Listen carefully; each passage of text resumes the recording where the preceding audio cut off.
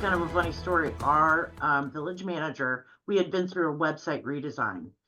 And so our village manager was having trouble finding things because they weren't where he was used to seeing them.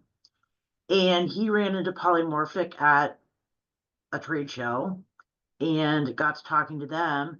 And I think he was excited about the idea of being able to have a conversation with his computer to figure out where the information was that he needed without having to search all over the place for it.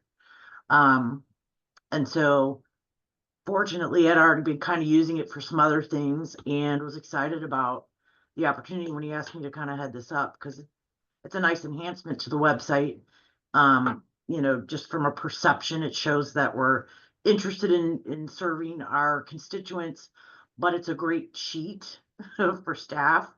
When we get phone calls, we're able to just play, because even I who manage the website, I get on the phone, I'm focused on what they're saying, and I can't remember where I put whatever. So now I can just pop it into the AI search, and it comes up with an answer that I can actually speak back to the resident.